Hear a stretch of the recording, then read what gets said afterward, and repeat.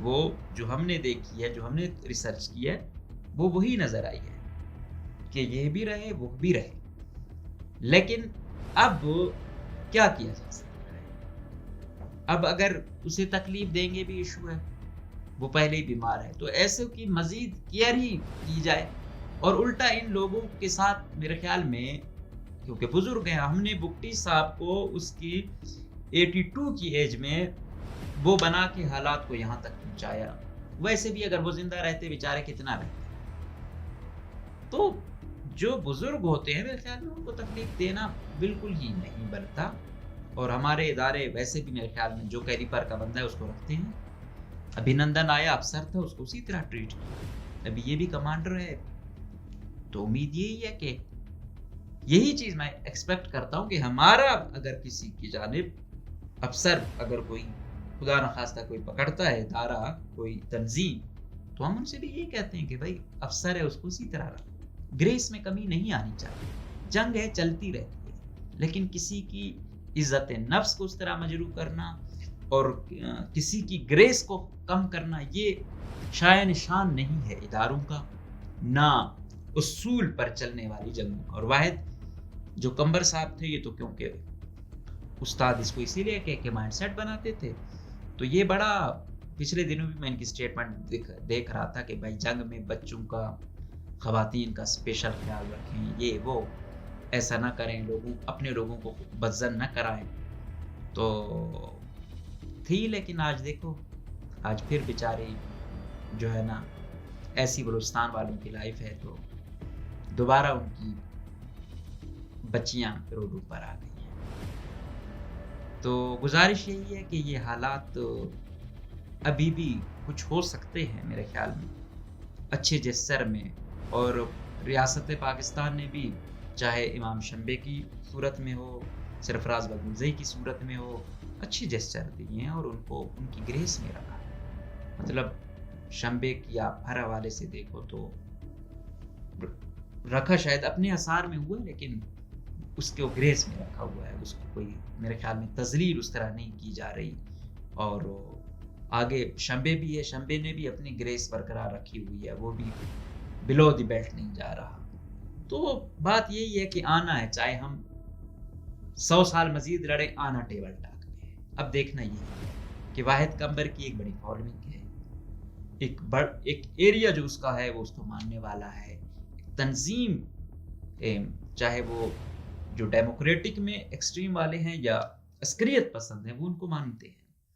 اب کیا کرتے ہیں ادارے، یہ تو وقت بتائے گا. لیکن ابھی فی الحال تو وہ کہیں نظر ہی نہیں آ رہے نا، ابھی تک تو پتہ ہی نہیں ہے. اور اس کو پتہ نہیں کیسے کب منظر عام پر لایا جائے. تو ہم درخواست یہی کریں گے کہ ایسا ہی برتاؤ کریں جو پیرامیٹرز آف کانسٹیٹیوشن ہے. بے شک اس کی سزا پھانسی بنتی ہو، اور ساتھ میں یہی ہے کہ بزرگ ہیں تو وہ چیز بھی رہے. تیسرا یہی ہے کہ ایک بڑے اس کے کمانڈر ہیں. تو یہ تمام چیزیں دیکھنی ہیں، اور ادارے والے یقیناً ہم سے بہتر جانتے ہیں کہ وہ ان تمام چیزوں کو ملحوظ خاطر رکھیں گے اور بلوچستان میں جاری شورش کو کم کرنے میں اپنی توانائیاں صرف کریں گے، بجائے مزید ان کو بڑھانے کے. اور یہی دوسری کلعدم تنظیموں کو بھی ہے کہ آپ بے شک اتنا کرتے ہیں، لیکن آپ جہاں ریاست کے اچھے پہلو ہیں ان کو بھی ضرور نظر میں لائیں، اور کوشش کریں آپ لوگ بھی راستہ نکالنے کی. بالکل ون سائیڈڈ ایکسٹریم پہ نہ جائیں. بعد میں آپ لوگوں کی ہی مائیں، بہنیں، بیٹیاں بیچاری درپدر ہو رہی ہوتی ہیں، پھر شاید ان کا ساتھ دینا بھی لوگوں کے لیے کافی مشکل ہوتا ہے.